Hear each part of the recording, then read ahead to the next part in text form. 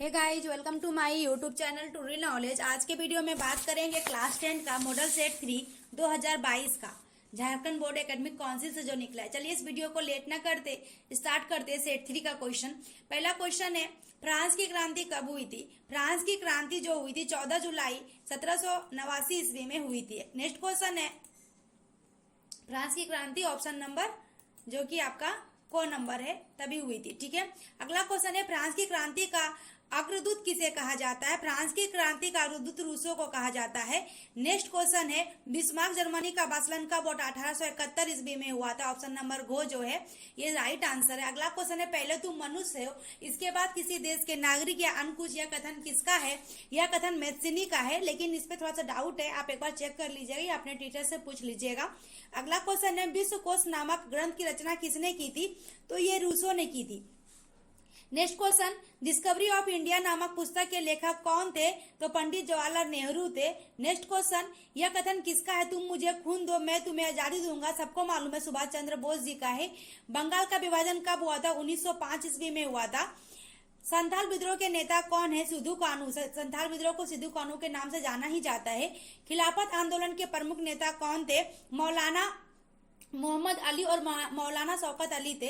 अगला क्वेश्चन है, हमारे पर्यावरण में उपलब्ध प्रत्येक वस्तु जो हमारी आवश्यकताओं को पूरा करने में प्रयुक्त की जा सकती है, जिसको बनाने के लिए प्रौद्योगिकी उपलब्ध है, जो आर्थिक रूप से संभव और सांस्कृतिक रूप से मान है, उसे क्या कहते हैं? तो उसे संसाधन कहते हैं।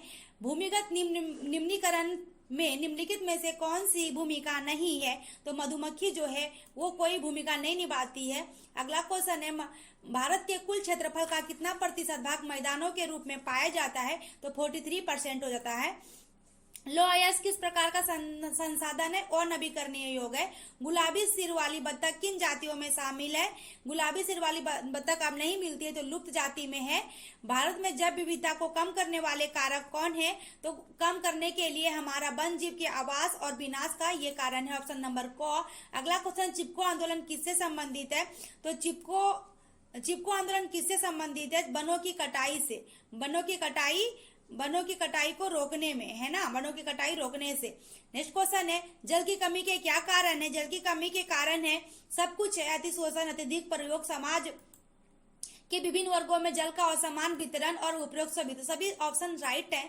अगला क्वेश्चन है, टांका क्या होता है? तो टांका जो होता है पीने के पानी को संग्रहित करने का भूमिगत टैंक, जो हम लोग टैंक भी बोलते हैं घर में।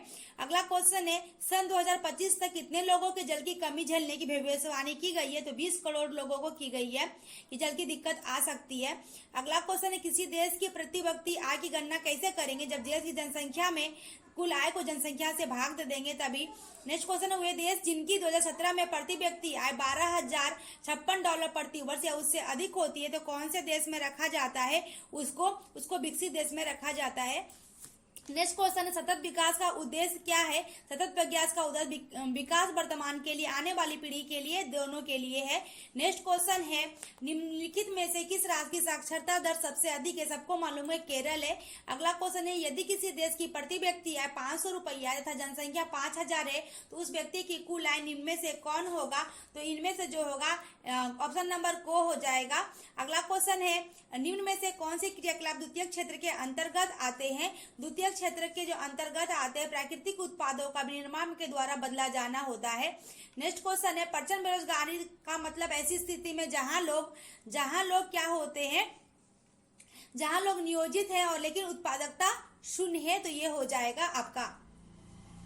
नेक्स्ट क्वेश्चन है आपका 28 नंबर, 14 तथा 15 वर्ष की आयु के स्कूल जाने वाले कुल बच्चों का उस आय के वर्ग के कुल बच्चों के साथ प्रतिशत क्या कहलाता है?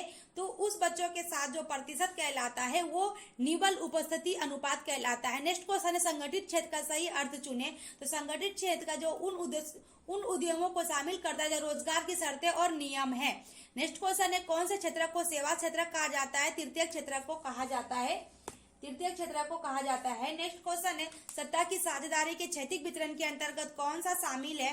तो ये जो शामिल है विधायिका, कार्यपालिका और न्यायपालिका। नेक्स्ट क्वेश्चन है, यूरोपीय संघ का मुख्यालय कहाँ अवस्थित है?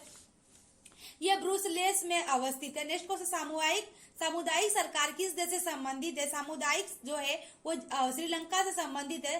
बेल्जियम में डच भाषा बोलने वालों की आबादी कितनी है? तो 59% है। अगला क्वेश्चन है, सत्ता की साझेदारी के ऊर्ध्वाधर वितरण में निम्न में से कौन संबंधित है? तो ये जो संबंधित है केंद्र सरकार, राज्य सरकार, स्थानीय सरकार। ठीक है, ऑप्शन नंबर जो खो है ये आपका राइट आंसर है। नेक्स्ट क्वेश्चन है, इनमें से कौन संघ सूची का विषय है? तो संघ सूची का जो विषय है, इनमें से कौन संघ सूची का विषय है? तो प्रतीक्षा, विदेशी मामले, बैंकिंग है।